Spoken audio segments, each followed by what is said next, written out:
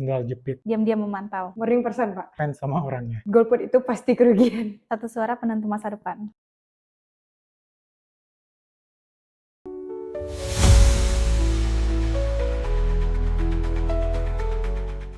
Assalamualaikum warahmatullahi wabarakatuh.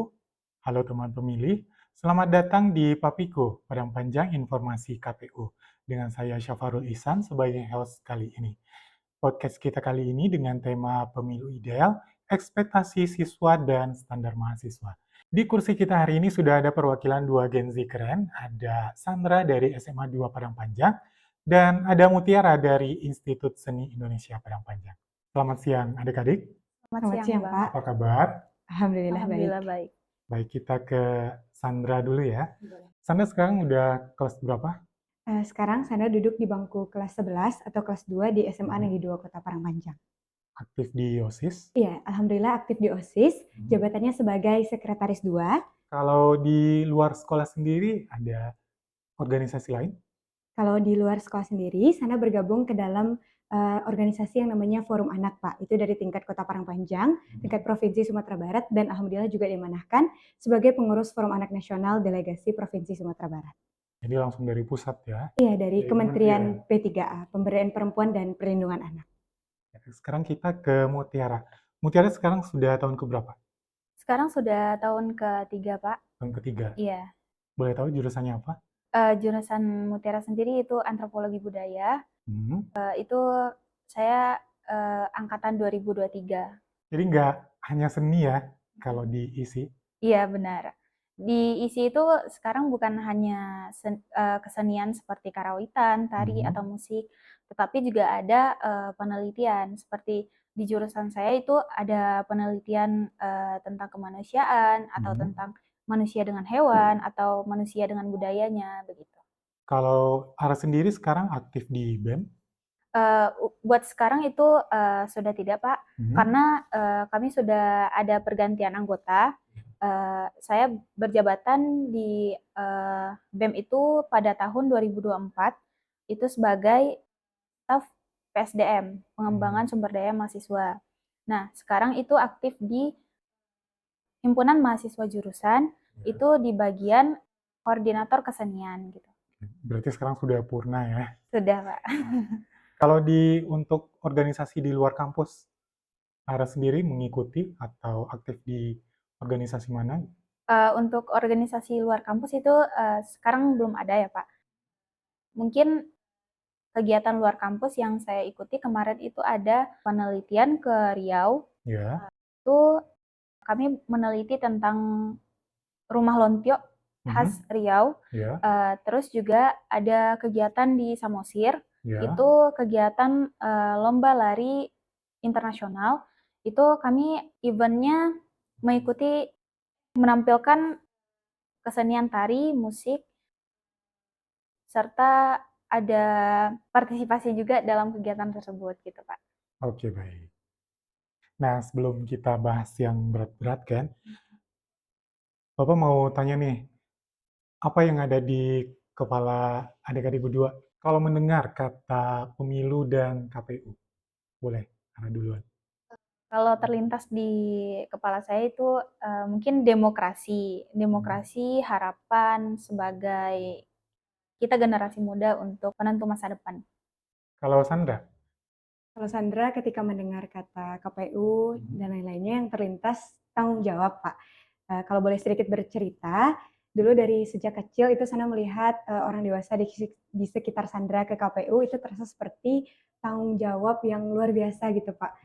Di mana suara dari orang dewasa tersebut akan berpengaruh terhadap pemimpin ke depannya.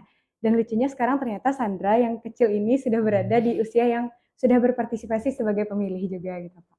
Sandra sendiri sekarang sudah 17 tahun kan? Baru punya KTP. Oh, baru punya KTP.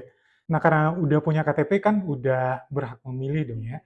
Yang terpikir sama Sandra itu sekarang, ini sekarang asik nih udah bisa nyoblos. Atau bingung mau pilih siapa nanti kalau kedepannya ikutan pemilu gitu.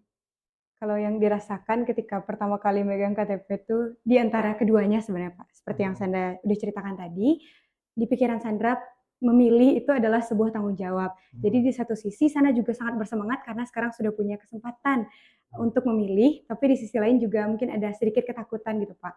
Apakah Sandra sudah mampu untuk mengemban tanggung jawab tersebut? Gitu. Nah, sekarang ke Ara. Ara kan udah lebih senior nih dari Sandra gitu kan.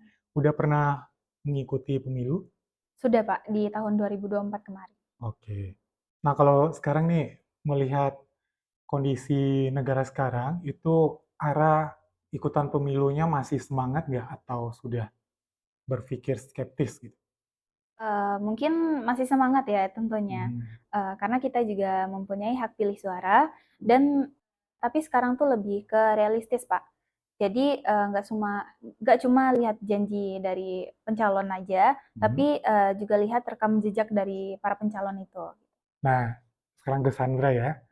Jujur nih di SMA 2, teman-teman sebaya Sandra itu peduli nggak sih sama informasi yang sudah disampaikan KPU atau cuma dianggap angin lalu aja?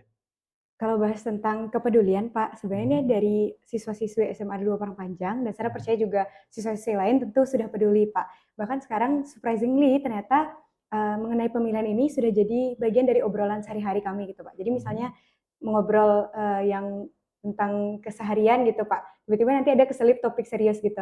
Nanti ketika kita memilih kira-kira sistemnya seperti apa ya, pertimbangan apa aja yang harus kita punya gitu Pak. Tapi mungkin kalau untuk tingkat kepeduliannya tentu berbeda-beda Pak.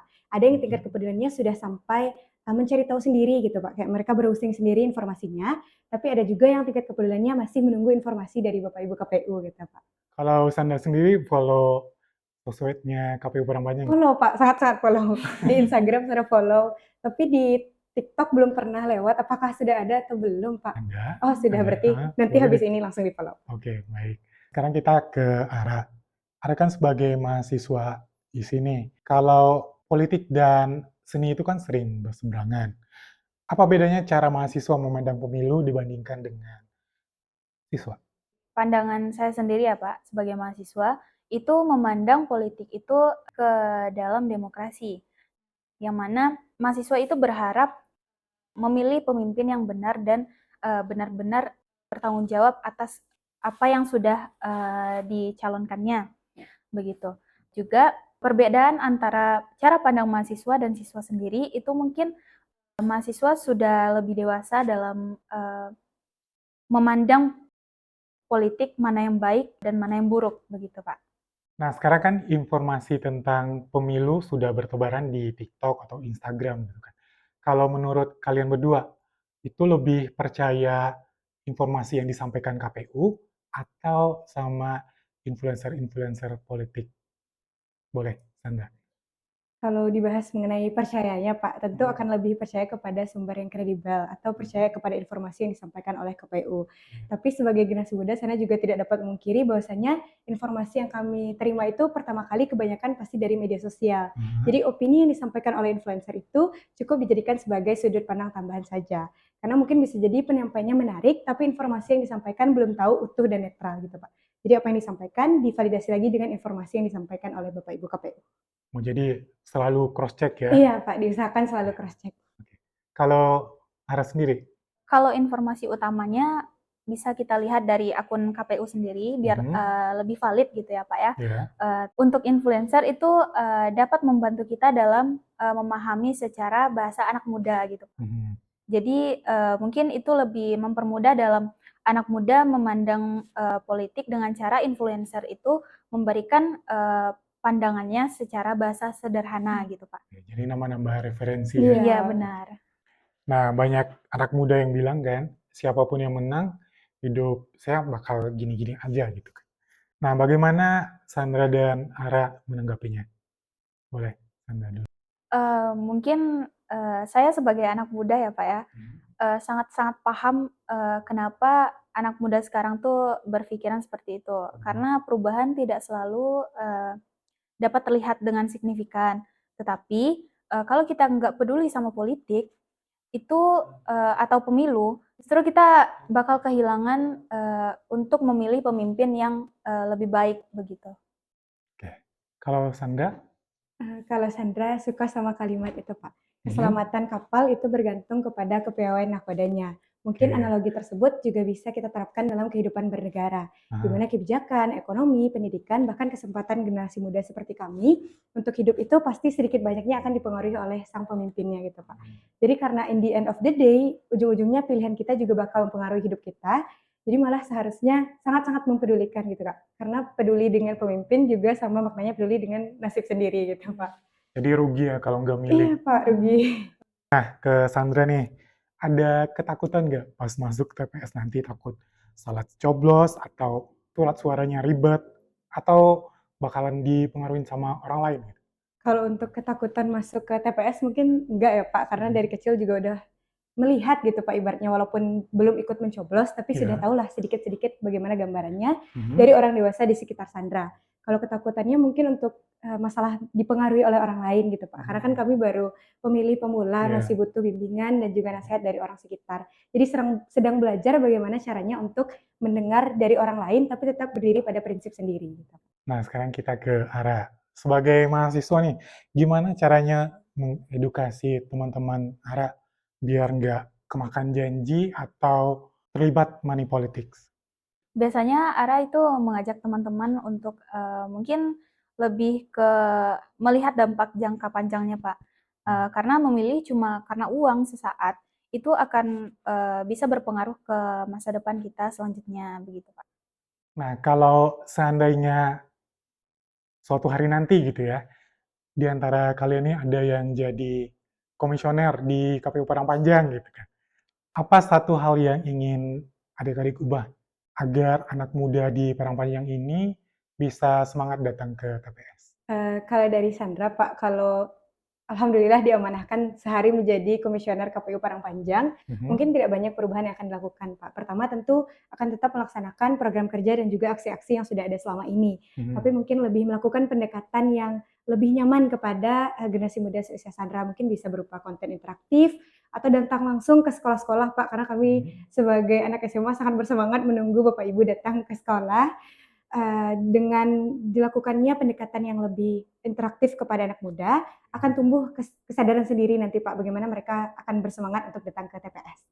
Kalau Ara, gimana tuh? Benar yang dikatakan oleh Sandra tadi, Pak. Karena sekarang kan zaman teknologi ya, Pak, ya, apa-apa Mhm. medsos gitu kan, apa-apa TikTok sekarang. Ya. Jadi dari sana, mungkin, KPU sendiri bisa bersosialisasi ke anak-anak muda atau ke sekolah-sekolah untuk, lebih mensosialisasikan apa itu, politik, apa itu pemilu, dan itu bisa juga menjadi bekal untuk, anak-anak zaman sekarang, untuk lebih berpikir kritis lagi dalam memilih calon, pemimpin selanjutnya, begitu, Kak. Nah, kalau kita berbicara tentang pemilu ideal itu seperti apa kalau menurut adik-adik berdua? Boleh, Ara duluan. Kalau menurut saya itu pemilu ideal adalah pemilu yang, dilaksanakan secara transparan, jujur, dan, adil gitu ya, Pak, ya. Mhm.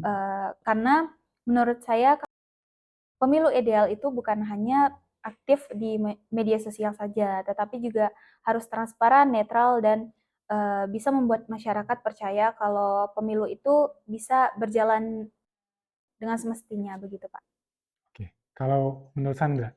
Anda juga setuju dengan bagaimana penyampaian dari Kak Tiara tadi, Mhm. di mana itu, merujuk dari kata ideal, yakni berjalan sebagaimana mestinya. Ah. Jadi tidak bisa dipilih apakah harus yang aktif di media sosial atau yang melakukan, sesuai dengan taat aturan, tapi berada di antaranya gitu, Kak. Jadi bagaimana KPU Parangpanjang, dapat menjadi, sebuah naungan yang dipercayai oleh masyarakat, tetapi juga menjembatani informasi dengan baik gitu, Pak. Nah, sekarang kita berbicara pasangan calon atau calon legislatif nih ya. Itu kalau dari sudut pandang anak muda, lebih suka sama calon atau pasangan calon yang ngomongnya pakai bahasa gaul kah atau bahasa anak Gen Z sekarang atau justru yang berbicara apa adanya? Boleh, Ara duluan? Menurut saya itu nggak masalah, Pak, dia memakai bahasa gaul atau bahasa serius, itu nggak apa-apa banget. Karena yang penting, isi dari pembicaraannya itu jelas dan, nggak cuman, pencitraan di depan publik saja, begitu, Pak. Ya. Kalau menurut Sandra. Sandra? Iya, saya juga setuju bagaimana Aha. penyampaian dari Kak Tiara. Sebenarnya tidak dipermasalahkan penggunaan bahasanya apakah harus bahasa gaul yang sesuai dengan usia kami. Yang penting mungkin apa yang disampaikan, bagaimana ketulusan dalam menyampaikannya, dan Ya. juga pendekatan yang tidak kaku gitu Pak. Ibaratnya juga berusaha untuk merangkul generasi muda seusia kami. Nah, kita ke arah nih sebagai mahasiswa. Kalau mahasiswa kan sering disebut sebagai agen perubahan ya. Kalau di pemilu ideal ini, apakah mahasiswa harus netral atau harus berani berpihak kepada kebenaran? Menurut saya Pak, mahasiswa itu tetap harus kritis dan juga berpihak kepada kebenaran dan kepentingan masyarakat juga. Karena bukan sekedar ikut-ikutan, tetapi juga harus bisa memilah-milih mana yang benar, mana yang buruk, begitu Pak. Nah, baik teman pemilih, karena edisi kali ini kita kedatangan tamu Gen Z, jadi kita punya games yang cukup menarik. Nama gamesnya jawab cepat tanpa mikir lama ya. Kita mulai dengan Sandra duluan. Nih pertanyaan pertama, nyoblos bareng doi atau nyoblos bareng orang tua? Nyoblos bareng orang tua. Belum punya Pak. Baca visi misi di website atau lihat debat di YouTube? Lihat debat di YouTube. Golput itu pilihan atau kerugian? Golput itu pasti kerugian. Parang panjang makin maju atau tetap asri? Parang panjang makin maju Pak. Visi misi tebal atau video TikTok 15 detik? Video TikTok 15 detik. Datang ke TPS pagi-pagi atau datang pas mau tutup? Datang ke TPS pagi-pagi. Morning person, Pak. Baju rapi ke TPS atau kaos oblong dan sendal jepit? Baju rapi ke TPS, Pak. Sekarang kita ke arah cek rekam jejak di Google atau dengar kata orang tua? Cek rekam di Google. Debat panas di medsos atau diam-diam memantau? Diam-diam memantau. Pilih pemimpin yang vibes-nya asik atau pilih yang gelarnya berderet? Yang vibes-nya asik pastinya. Tinta di kelingking atau foto selfie di depan TPS? Tinta di kelingking. Pilih karena program kerja atau pilih karena ngefans sama orangnya? Pilih karena program kerja. Yakin? Ya. Buka surat suara pelan-pelan atau langsung buka lebar-lebar? Buka suara pelan-pelan. Satu suara ngaruh atau satu suara penentu masa depan? Satu suara penentu masa depan. Nah, kalau adik-adik berdua nih bisa kasih saran ke KPU agar pemilu ke depannya bisa lebih ideal. Kira-kira sarannya seperti apa? Boleh Ara dulu. Mungkin dari saya, itu pemilu ideal bukan hanya soal siapa yang menang, tetapi juga bagaimana proses kita bisa jujur, adil, dan membuat masyarakat itu percaya. Dan anak muda juga punya tanggung jawab untuk tetap kritis dan produktif. Oke, baik. Kalau Sandra, apa sarannya?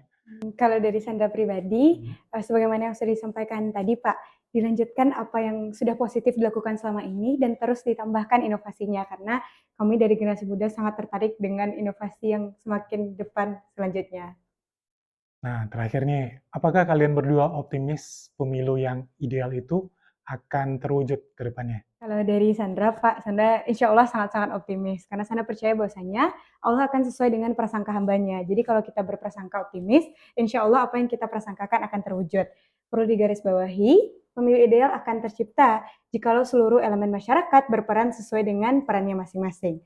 Jadi insya Allah kalau masyarakat dan juga KPU bisa berdinamika dengan baik, maka akan tercipta pemilu yang ideal sesegera mungkin. Oke, kalau Ara? Pemilu yang ideal itu bukan hanya tentang siapa yang menang, tetapi juga tentang bagaimana pemilu yang ideal itu berjalan secara jujur, adil, dan transparan. Begitu, Pak. Oke, baik. Nah, sekarang closing statement nih, sebelum ditutup. Silakan, Sandra. Oke. Kalau dari Sandra, pertama ucapan terima kasih kepada KPU Kota Parangpanjang yang telah mengundang kami berdua, Sandra dan Kak Tiara, sebagai perwakilan dari generasi muda. Terima kasih karena sudah melibatkan kami dalam setiap perjalanannya. Harapannya semoga apa yang Sandra sampaikan dapat mewakili rekan-rekan seusia Sandra, yakni yang masih berada di sekolah menengah atas. Sandra juga berharap semoga Pak KPU bisa segera datang ke sekolah kami. Kami sambut dengan hangat. Oke, baik. Kalau Ara? Baik, mungkin harapan dari saya, mungkin sebagai anak muda di zaman sekarang itu walaupun banyak yang apatis, tetapi pemilu juga tetap penting di kalangan anak muda zaman sekarang. Jadi edukasi politik harus dibuat lebih dekat dengan generasi muda, mungkin dengan cara KPU sendiri mensosialisasikan ke media sosialnya, begitu. Oke, baik. Terima kasih adik-adik atas kehadirannya. Semoga sukses selalu. Amin. Ingat, satu suara mungkin kecil bagi kita, tapi besar untuk masa depan. Saya Syafarul Ihsan, sampai jumpa di episode podcast Papiku selanjutnya. Assalamualaikum warahmatullahi wabarakatuh.